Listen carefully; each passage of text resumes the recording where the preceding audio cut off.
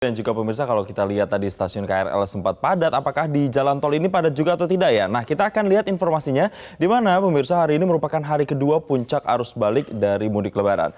Kepadatan lalu lintas oleh pemudik yang hendak kembali dari kampung halaman diprediksi terjadi di ruas tol Trans Jawa. Laporan selengkapnya akan disampaikan jurnalis MGN.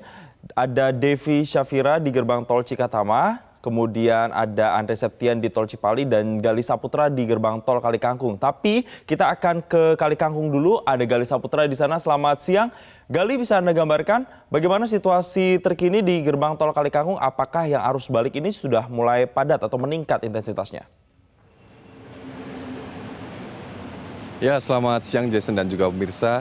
Bisa kami gambarkan bahwa kondisi lalu lintas di gerbang tol Kalikangkung saat ini masih terpantau sangat lancar. Dan hal ini terlihat dari jalan menuju atau setelah gerbang tol Kalikangkung. Dan meskipun lancar, namun jumlah kendaraan ini sudah mengalami peningkatan yang cukup signifikan. Bahkan sejak tadi pagi sekitar pukul 6 waktu Indonesia Barat hingga siang ini pukul 12 waktu Indonesia Barat, jumlah kendaraan yang melintas dari Jawa Tengah menuju ke Jakarta ini sudah mencapai angka 16.000. Dan bahkan jika digabungkan dengan jumlah kendaraan yang melintas dari hari sebelumnya hingga pagi tadi sekitar pukul 6, dan hingga siang ini jumlahnya sudah mencapai 67.000 unit kendaraan.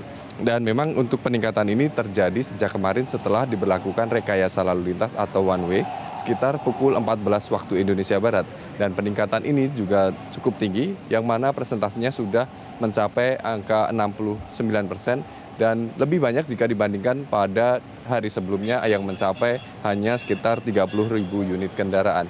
Kemudian perlu diketahui bahwa gerbang tol Kalikangkung atau jalan tol Semarang-Batang ini menjadi salah satu sumber bangkitan dari laju atau lalu lintas yang ada di jalan tol setelahnya seperti jalan tol Cikampek kilometer 72 dan 70, di mana ini seperti yang kami lihat pada malam sebelumnya, jumlah kendaraan yang melintas selama 3 jam berturut-turut dalam setiap jamnya ini mencapai 3.200 unit kendaraan per jam. Dan oleh karena itu pula rekayasa lalu lintas pun masih diberlakukan hingga saat ini.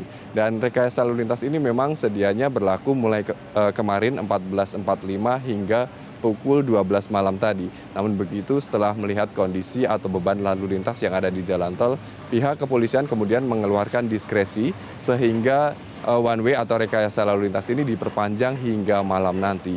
Dan memang untuk rekayasa lalu lintas ini masih berjalan normal atau sesuai rencana, yang mana pada gelombang pertama puncak arus balik ini akan berlaku hingga esok atau 26 April. Sementara untuk gelombang kedua puncak arus balik ini diperkirakan akan berlaku pada 29 hingga 1 Mei mendatang. Dan pada masa itu tentunya juga akan diberlakukan rekayasa lalu lintas untuk menjamin kelancaran arus balik Lebaran tahun 2023 ini. Dan saat ini juga dari pihak kepolisian juga mengatakan bahwa semua ini bersifat situasional atau mengikuti beban lalu lintas yang ada di tol Trans Jawa. Dan nanti ketika jumlahnya lebih sedikit mungkin akan dilakukan perubahan rekayasa lalu lintas lagi. Namun begitu, ini masih menunggu dinamika yang ada di jalan tol. Dan selain adanya rekayasa lalu lintas ini, dari pihak kepolisian juga mengeluarkan kebijakan ganjil genap bagi para pengguna jalan yang akan mengikuti arus balik. Namun untuk ganjil genap ini, seperti informasi yang kami terima dari Ditlantas Polda Jawa Tengah, sifatnya hanya untuk pemantauan dan tidak dilakukan penindakan hukum atau law enforcement, karena hanya untuk pencatatan. Dan diharapkan meskipun tidak ada penindakan hukum ini, masyarakat bisa menunjukkan kesadarannya untuk meneliti atau melihat tanggal untuk keberangkatannya mengikuti arus balik. Nantinya jika tanggal ini tidak sesuai dengan plat nomor kendaraannya, diharapkan mereka bisa melalui jalur arteri atau jalan nasional ketika melakukan arus balik.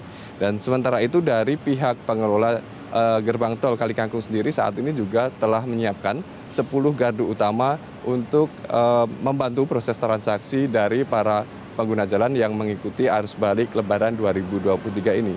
Selain adanya 10 gardu utama ini, juga ada 5 gardu miring atau 5 gardu tambahan yang bisa digunakan untuk proses transaksi menuju Jakarta.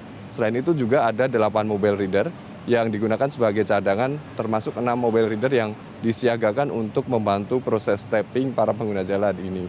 Dan selain itu tentunya juga masih banyak kebijakan yang dikeluarkan untuk mendukung proses arus balik Lebaran tahun 2023 ini. Kembali ke studio, Jason.